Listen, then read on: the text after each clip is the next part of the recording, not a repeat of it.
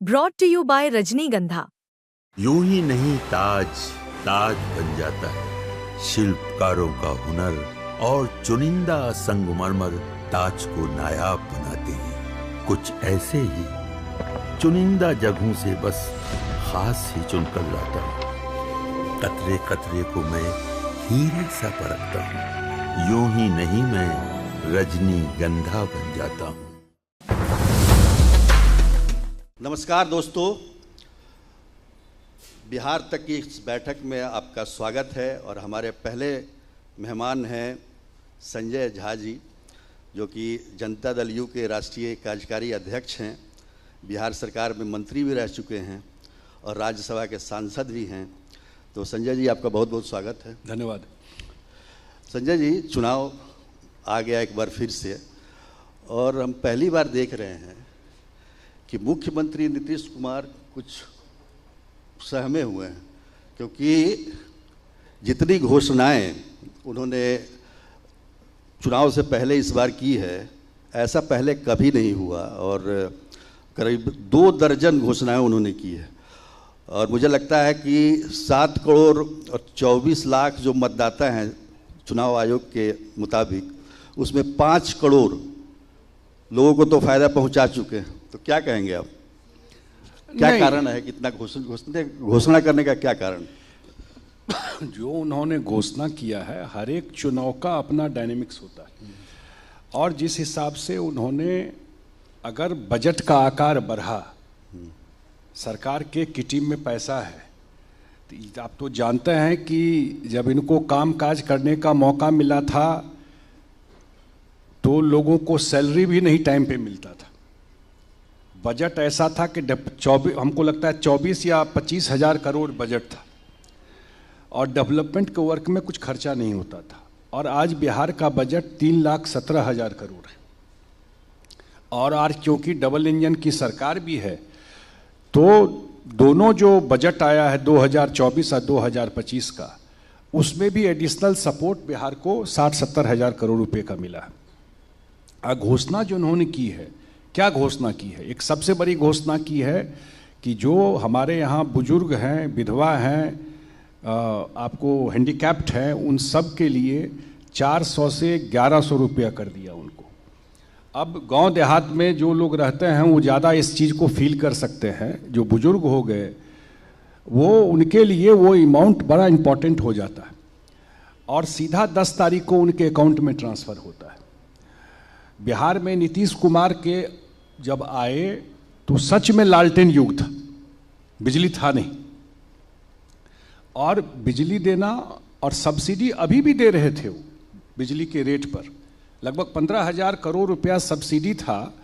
आपको सस्ता बिजली देते थे, जितना में बिहार सरकार बिजली लेती थी उससे हाफ रेट में बिजली देती थी। तो अभी 125 यूनिट फ्री कर दिया, लगभग 80% लोगों को एड्रेस कर रहा है। और लास्ट जो फैसला है, और बिजली सिर्फ फ्री नहीं दिया है, ये कहा है कि अगले 3 साल में सोलर पैनल आपको लगा दिया जाएगा, घर के ऊपर लगाना है, और जो गरीब लोग हैं उसमें सरकार सपोर्ट करेगी लगाने के लिए। सोलर एनर्जी से जोड़ा है 3 साल के लिए। लास्ट जो सबसे इंपॉर्टेंट है वो है महिलाओं के लिए। कोई 20 साल पहले, और मैं आपसे भी, आपके चैनल से भी आग्रह करूंगा, जरूर विश्लेषण करना चाहिए ईमानदारी से। 20 साल पहले बिहार में 1% महिला मुखिया पंचायत समिति नहीं बनती थी। आज 57% महिलाएं बिहार में मुखिया पंचायत समिति जिला परिषद बनती हैं। शायद देश के इतिहास में वुमेन एम्पावरमेंट में, महिला सशक्तिकरण में इतना बड़ा ट्रांसफॉर्मेशन कहीं नहीं हुआ जो बिहार में हुआ।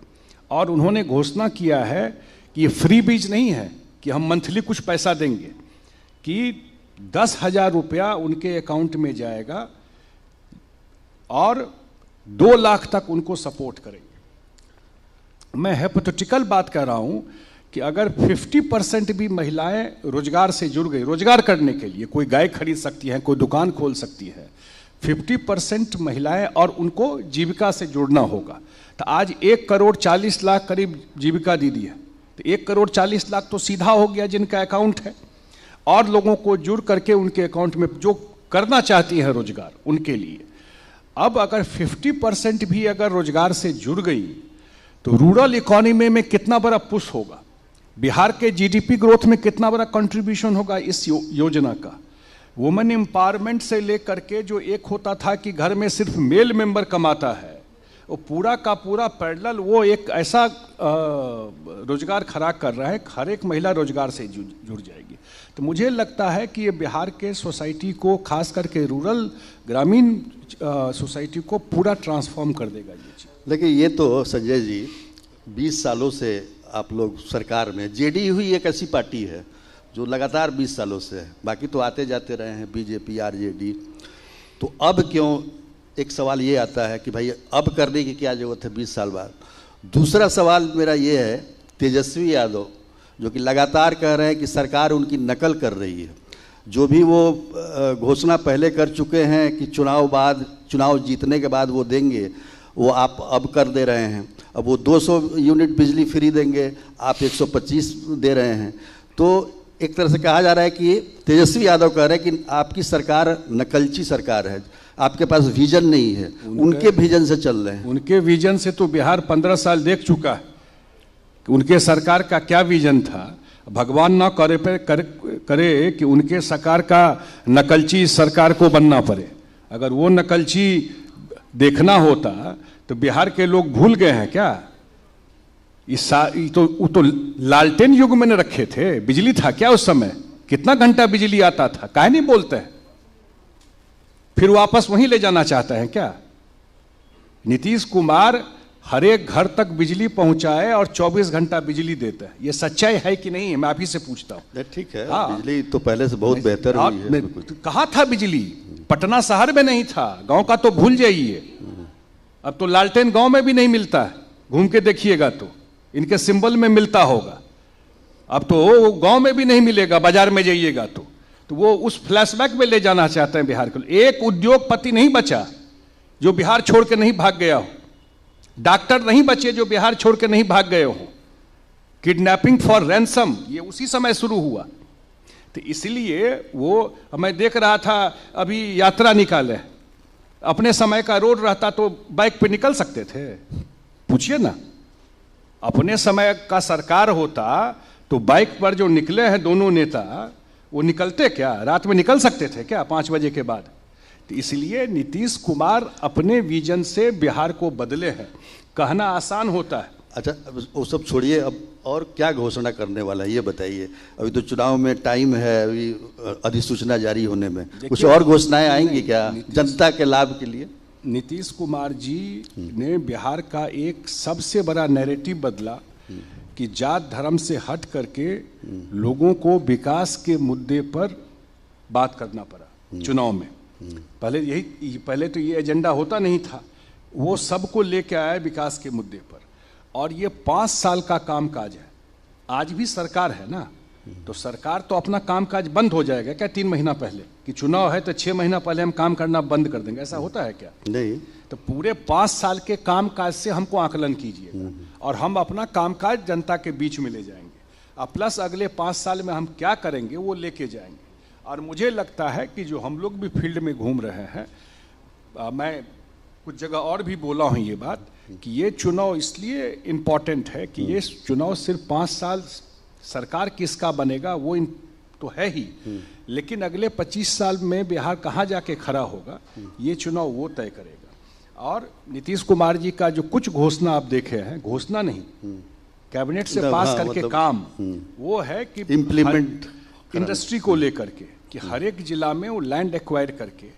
और बिहार का जो इंडस्ट्रियल पॉलिसी आया है शायद देश में सबसे लुक्रेटिव इंडस्ट्रियल पॉलिसी है कि जो इन्वेस्टमेंट करेगा उसको इतना जमीन हम फ्री में देंगे अपना उद्योग लगाने के लिए। तो अगला जो 5 साल है वो बिहार में इन्वेस्टमेंट, इंडस्ट्री और रोजगार का लेकर के है। और इतना मैं आपके चैनल के माध्यम से बता देना चाहता हूं, और ये ट्रस्ट लोगों को नीतीश जी पर है, अगला 5 साल में उद्योग के मामले में बिहार, महाराष्ट्र और गुजरात के आसपास जाके खड़ा होगा।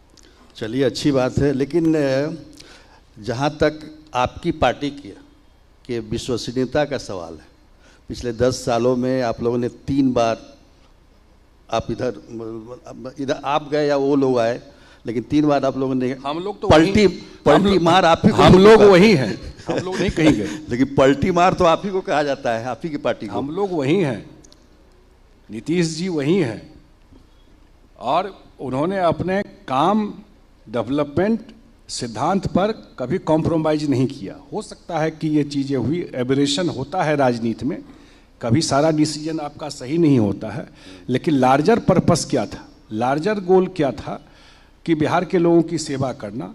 20 साल में उन्होंने, मुझे लगता है कि अगर उनके पूरे ट्रैक रिकॉर्ड को देखिए, वो सिर्फ भाषण में नहीं, उन्होंने प्रैक्टिस में किया कि सत्ता जो है मलाई खाने का, सेवा का काम है। वो बोलते भी रहते थे ये मलाई खाने का नहीं है। वो उन्होंने बिहार में प्रैक्टिस में दिखाया इस चीज़ को। वो तो ठीक है, नीतीश कुमार पिछले 20 सालों से सरकार में हैं और आगे भी, अभी तो चेहरा बने हैं। मतलब आपको क्या लगता है कि चेहरा बने हैं क्या? 20 साल से चेहरा है, लेकिन हाँ। चुनाव के बाद क्या होगा? वही बनेंगे मुख्यमंत्री? बिल्कुल वही बनेंगे मुख्यमंत्री, क्योंकि नेतृत्व की बात तो बीजेपी करती है, उसके बाद मुख्यमंत्री बनेंगे कि नहीं उस पर स्पष्टता नहीं दिखती। आप स्पष्ट रखिए कि नीतीश कुमार जी के नेतृत्व में एनडीए चुनाव लड़ेगी और वही मुख्यमंत्री बनेंगे। वही इस अलायंस के सर्वमान्य नेता हैं बिहार में, इसमें कहीं कोई कंफ्यूजन नहीं। अच्छा, नीतीश कुमार के बाद क्या? नीतीश कुमार के बाद जेडीयू का क्या होगा? क्योंकि देखिए, मतलब सबकी एक उम्र होती है और उस उम्र के उस पड़ाव पर नीतीश कुमार इससे इनकार तो आप नहीं कर सकते। तो जेडीयू में दूसरी पंक्ति का नेता कौन है? क्या अपने आप को आप देखते हैं उस श्रेणी में? देखिए, मैं एक चीज़ बताता हूँ, मुझे आपकी भूमिका क्या रहेगी? व्यक्तिगत रूप से लगता है कि शायद अकेला रीजनल पार्टी होगा जो कभी उन्होंने परिवार को राजनीति में नहीं लाया। मुझे और ध्यान नहीं आता है। कांग्रेस तक परिवारवाद की पार्टी है, बीजेपी को छोड़ दीजिए तो शायद हम ही लोग एक पार्टी हैं पूरे देश में जो नीतीश जी की बनाई हुई पार्टी, और सिर्फ उन्होंने भाषण में नहीं, प्रैक्टिस में 20 साल से बिहार के मुख्यमंत्री हैं। इससे पहले अटल जी के सरकार में 5 साल केंद्र में मंत्री रहे।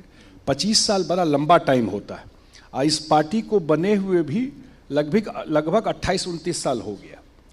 इतने दिनों में आज तक दूर दूर तक अपने किसी भी परिवार को, सिर्फ उनके लड़के की बात नहीं, किसी भी परिवार को, आदमी को उन्होंने डायरेक्ट इनडायरेक्ट कभी पार्टी अफेयर्स में इन्वॉल्व नहीं किया।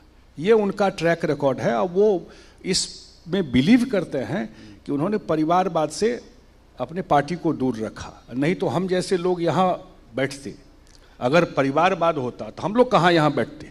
तो फिर उन्होंने जो भी पार्टी के लोग हैं उनको काम दिया।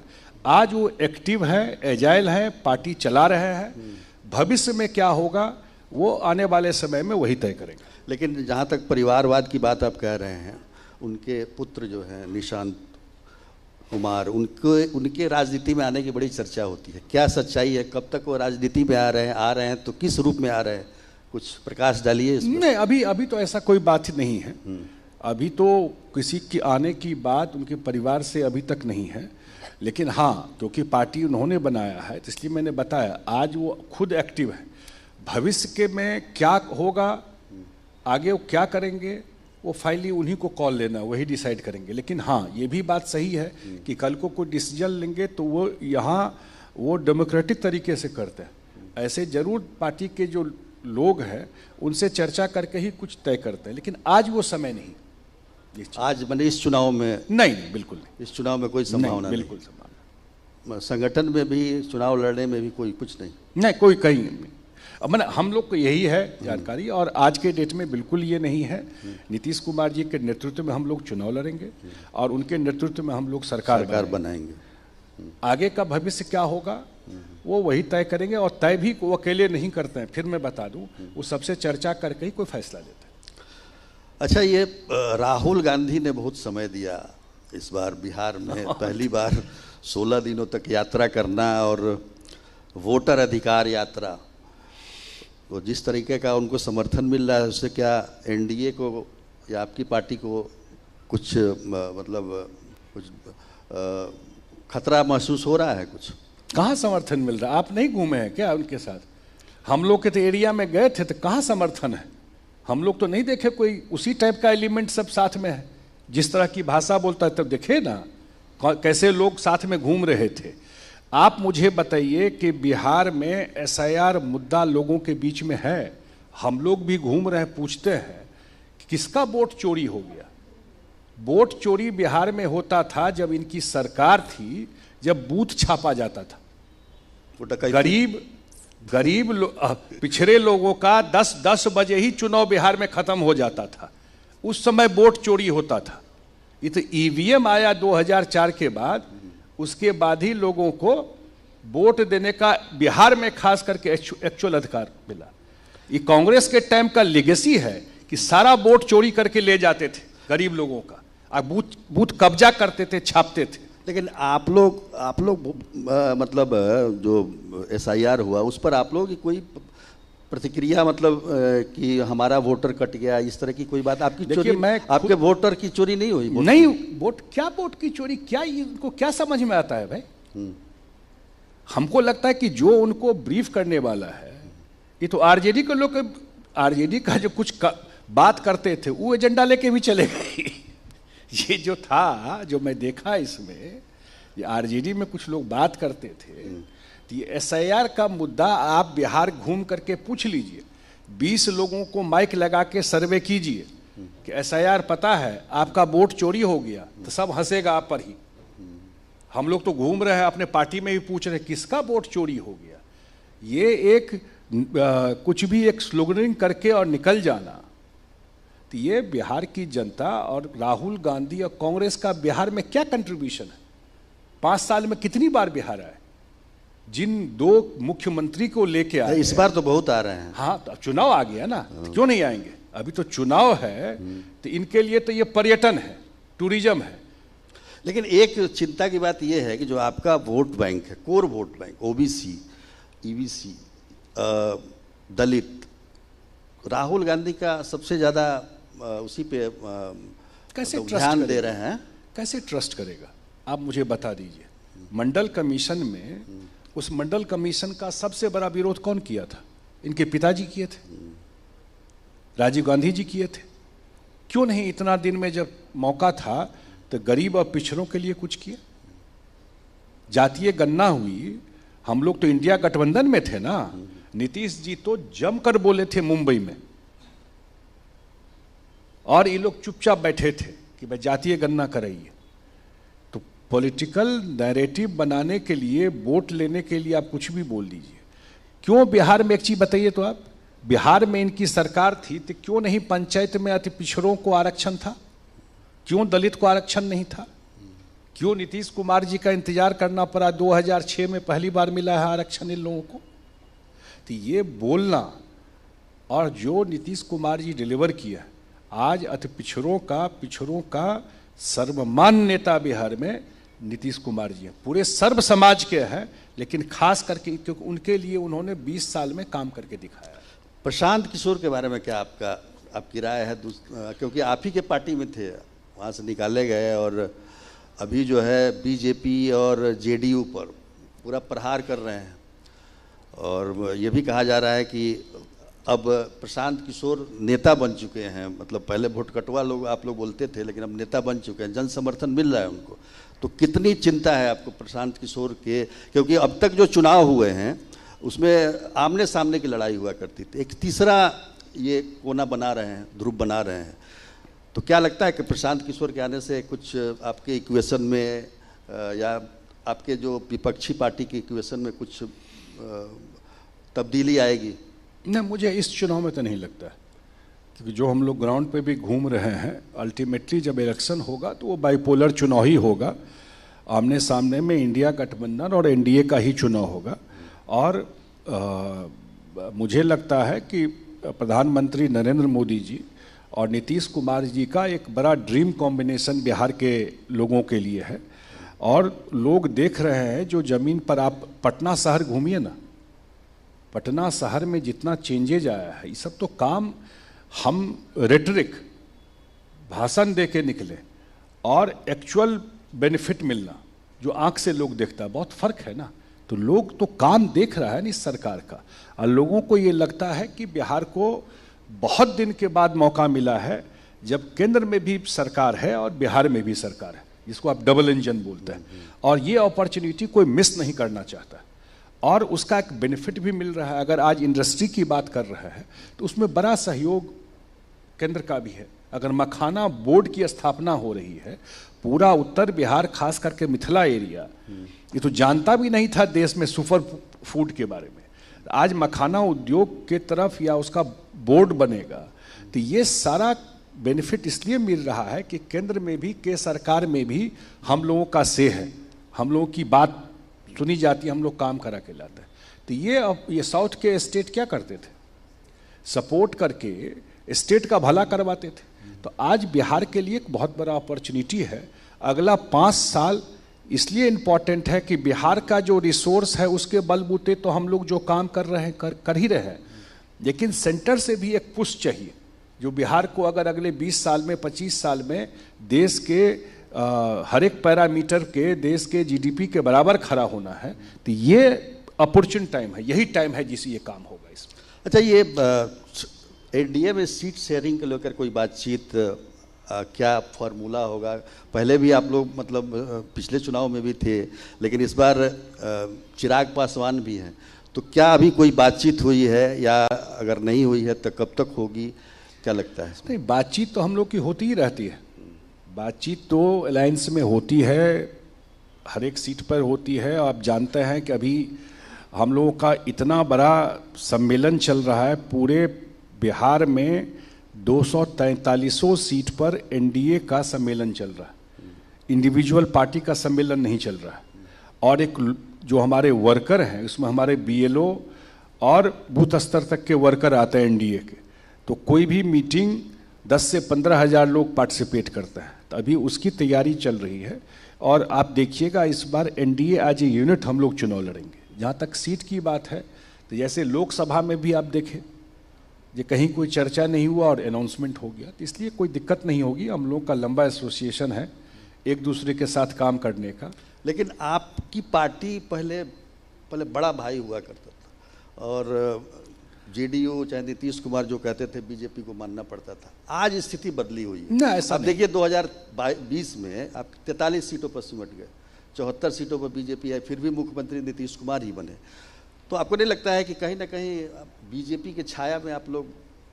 नहीं, किसी की छाया की बात नहीं है। 2010 में हम लोग 115 सीट जीते थे, थोड़ी परिस्थिति बदली 2015 में, जबकि हम लोग 101 सीट लड़े ही। मुझे व्यक्तिगत रूप से लगता है कि वो थोड़ा सा वो था, हम लोग सिटिंग सीट छोड़ दिए थे 2015 में, परिस्थिति वहाँ से बदली। हमारे पास 118 सीटिंग था 2010 में, लेकिन 2015 में जो अलायंस हुआ उसमें हम लोग 101 ही सीट पे लड़े, और थोड़ी परिस्थिति वहाँ से बदली। वो सही है, वो जहाँ तक 2000 आज की परिस्थिति में, हाँ, मैंने परिस्थिति हर एक चुनाव का एक अलग मिजाज हो जाता है, लेकिन 2020 में अगर 43 सीट पे हम लोग आए, तो आप भी जानते हैं वो एक अलग तरह का नैरेटिव बना था। हम ही लोगों के प्रत्याशी के खिलाफ कैंडिडेट खड़े हुए, और जो हमारे एलआई भी थे उनके भी जमीन पर जो वोट था वो कहीं न कहीं ड्रिफ्ट किया था उसमें। अब तो चिराग पासवान है साथ में? हाँ, है साथ में, तो इसलिए मैंने कहा ना उस चुनाव में भी बीजेपी के बहुत सारे नेता जाके चुनाव लड़ गए, गलत मैसेज दिए उस चुनाव में, उनके बड़े नेता जाके चुनाव लड़ गए। लेकिन पिछले चुनाव की हम बात करें 2020 की, 12,000 वोटों का अंतर था, तेजस्वी यादव ऑलमोस्ट पहुंच चुके थे। इस बार भी काफ़ी जोर शोर लगा रहे हैं तेजस्वी यादव, और मुख्यमंत्री बनने की पूरी मतलब उनकी तमन्ना और पिछली बार नहीं फिर मैं रिपीट कर रहा हूं, अब तो वो रील भी बना रहे हैं। आ रहा हूं उस पर। आपके पार्टी में कोई ऐसा है रील बनाने वाला? तो ठीक बोला, ये अपने समय में रील बना पाते, रात में पहुंच पाते वहां पर? बताइए, आप ही लोग से पूछ रहा हूं। आरजेडी का राजपाट रहता तो रात में जा करके जो बनाए हैं मुख्यमंत्री नीतीश कुमार जी गंगा पथ, जिसको मेरीन ड्राइव कहते हैं, ऐसा मेरीन ड्राइव बनता, और इस तरह के ड्राइव पे रात में जाकर के खुद पहुंच पाते हो। ये तो नीतीश कुमार जी का देन है ना, जहाँ रील भी बना रहे हैं वहां जा करके, उन्हीं की कृपा है ये जाके बना रहे हैं। अच्छा, बार बार ये भी बोलते हैं कि अचेत मुख्यमंत्री, और मतलब नीतीश जी का स्वास्थ्य कैसा है, क्या मतलब जनता जानना चाहती है। देखिए, नीतीश जी का स्वास्थ्य बिल्कुल ठीक है। हम सब लोग सामाजिक परिवेश में रहते हैं, सबके परिवार में लोग हैं। मुझे पर्सनली कहिए, कभी कभी मैं भी दो चार बहुत इतने लोगों से इतना रहता है, कभी कभी किसी का नाम हम लोग भी स्लिप करते हैं। लेकिन नीतीश कुमार जी रेगुलर, आज भी वो जा रहे हैं गया पितृपक्ष मेला का पूरा रिव्यू करने के लिए। कल भी उनका यात्रा होगा, कल छपरा जा रहा है। तो डेली उनका कार्यक्रम, इसके अलावा उनको कुछ आता नहीं है, ये भी सच्चाई है। ये सही बात, वो रील नहीं बना सकते क्योंकि उनको 24 घंटा लोगों का काम ही करना है, इसी में रहता है। पढ़े लिखे आदमी है, ध्यान रखिएगा, पढ़े लिखे है, इंजीनियर है। तो पढ़ा लिखा आदमी रील नहीं बना सकता है। नहीं, बना सकता है। मैं कह रहा हूं कि उनका सारा समय बिहार के लोगों की सेवा में ही जाता है, उसी में अपना समय लगाता है। पढ़ा लिखा भी बना सकता है, इंजीनियर है। इंजीनियर हैं तो थोड़ा साइंटिफिक माइंड है, सोचते हैं, विचारते हैं। नहीं तो बिहार जैसे प्रदेश को बदलना, ये हम सब जानते हैं। बिहार के, मैं फिर कह रहा हूं, जो नीतीश कुमार को नहीं भी वोट दिए आज तक, सब तो आप ही बोले 12,000 का गैप था। इसका मतलब बहुत सारे लोग नीतीश जी को वोट नहीं दिए होंगे। नहीं दिए। तो पिछले 4 चुनाव में जो लोग नीतीश जी को नहीं भी वोट दिए, उनसे भी आप पूछिएगा तो वो कहेंगे कि मुख्यमंत्री तो ऐसा ही होना चाहिए। वो भी कहेंगे कि नीतीश कुमार ही बिहार में बदलाव किए। वो भी कहेंगे कि अगर बिहार के लोगों की इज्जत दुनिया में बदली तो नीतीश कुमार भी बदले। और आपके चैनल के माध्यम से अपील भी करता हूं कि भाई एक बार ये छुड़ा लीजिए। अगर जीवन में नीतीश कुमार के जो लोग वोट एको बार नहीं दिए, तो ये एक अंतिम मौका है, इस बार दे दीजिए उनको वोट। पिछली बार भी बोले थे कि आखिरी चुनाव है मेरा। नहीं, ये नहीं बोले थे, ये लास्ट, मैं तो था, मैं जानता हूं, वो लास्ट मीटिंग था उनका लेसी सिंह जी के क्षेत्र में, पूर्णिया धमदाहा में।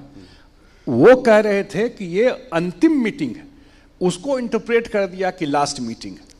वो लास्ट मीटिंग था। अच्छा, एक सवाल ये है कि जिस तरीके से ये वोटर अधिकार यात्रा के दौरान कांग्रेस के मंच से नरेंद्र मोदी को गाली दी गई, तो उसको जेडीयू किस प्रकार से देखती है? दूसरा, जिस तरीके से बीजेपी इसको मुद्दा भी बनाने की कोशिश में लगी हुई है, उस पर क्या कहेंगे आप? देखिए, मैं सुन रहा था लोकसभा में प्रतिपक्ष के नेता हैं, और मुझे लगता है कि प्रधानमंत्री जी जरूर 20 साल उनसे उम्र में बड़े होंगे। और जिस तरह की तुम तरह की भाषा प्रधानमंत्री जी को लेकर के राहुल गांधी जी बोलते हैं, कोई भी समाज में इसको एक्सेप्ट नहीं करेगा। और जिस तरह का नेता होता है वही उनके समर्थक और वर्कर भाषा बोलते हैं। यहाँ का भी उनका भाषण मैंने कह दिया नरेंद्र मोदी को। आपने कभी सुना है प्रतिपक्ष के नेता को इस तरह की भाषा का प्रयोग करते हुए? और दरभंगा में हम लोग तो जानकी जी को मानने वाले हैं, किशोरी जी हम लोग के यहाँ कहा जाता है मिथिला में। अभी जानकी मंदिर का इतना बड़ा काम शुरू हुआ है, मुख्यमंत्री जी और अमित शाह जी उसका कार्यारंभ किए। और वहाँ के धरती से जिस भाषा का प्रयोग किया गया, आरजेडी और कांग्रेस का मंच था, वो यही एसआईआर वाला मंच था, यात्रा जिनका चल रहा है, उस मंच से तो आपने तो पूरे अपने जो आपके नेता वो दावेदार है, जो मंच बनाया था वो एमएलए का दावेदार है जाले विधानसभा का, कांग्रेस का। तो जो लीडर है जो इस भाषा का प्रयोग कर रहे हो, नेता से ही सीखता है, नेता भी इसी भाषा का प्रयोग करता है। तो मुझे और हम लोग के यहाँ मिथिला में मैं भी वही देख रहा था कि मैं पूछा, यत्र नारीस्य पूज्यन्ते रमन्ते तत्र देवता, जहाँ नारी की पूजा होती है वहीं देवता का वास होता है। यही हम लोग तो इस विचार को मानने वाले लोग हैं। वहाँ जा करके इससे नीचता कुछ हो नहीं सकती है, इसको कोई भी सभ्य समाज में एक्सेप्ट नहीं करेगा। प्रधानमंत्री जी कहना आसान है, तीसरी बार लोगों का आशीर्वाद लेकर के प्रधानमंत्री बने। शायद देश के इतिहास में आज तक ये घटना नहीं हुई होगी।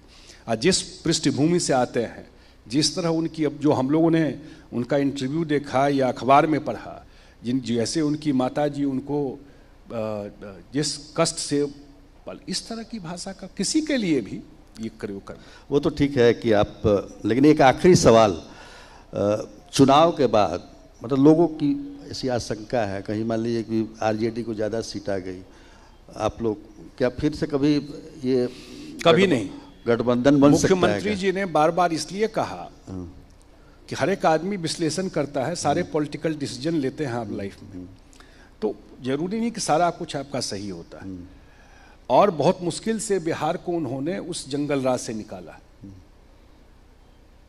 और इस बार भी जब था तो इनको लग गया था मुख्यमंत्री जी को कि भाई ये लोग एक बार तो गए, फिर दोबारा चले गए, पहली बार भी बोले कि गलती ब्लंडर था ब्लंडर था, मैं तो कह रहा हूं, तो इस बार ब्लंडर था। अब जाने का कोई नहीं, कोई प्रश्न ही नहीं उठता है। हम लोग पूरा एनडीए, बीजेपी, जेडीयू एक साथ बिहार के बदलाव में दोनों पार्टी मिल करके बदलाव किया नीतीश जी के नेतृत्व में। आज भी वो अटल जी को याद करते हैं। आप गौर कभी जाके पर्सनली भी बात कीजिए कि उनके साथ काम करने के अनुभव को याद करते हैं। या वो कहता है कि जब 7 दिन का भी सरकार बना तो अटल जी ही बोले कि जाना है। तो ये जो उनका व्यक्तिगत वो रहा है, उस पर कहीं कोई वो नहीं है, एक साथ हम लोग रहेंगे। चलिए संजय जी, आप बिहार तक के बैठक में आपने हिस्सा लिया, बहुत बहुत धन्यवाद आपका। बहुत धन्यवाद।